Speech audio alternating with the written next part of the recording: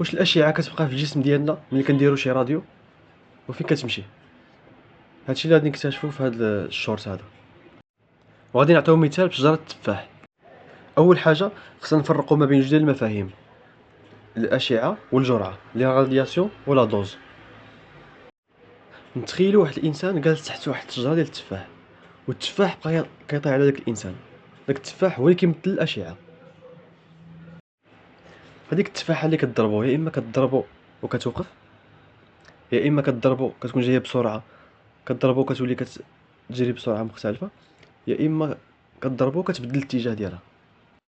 هادشي اللي كيوقع للشعاع، يا اما كيمتصو العظم، يا اما كيدخل بقوه كيخرج بقوه اخرى، يا اما كيبدل الاتجاه ديالو، كيضربو كيبدل الاتجاه ديالو.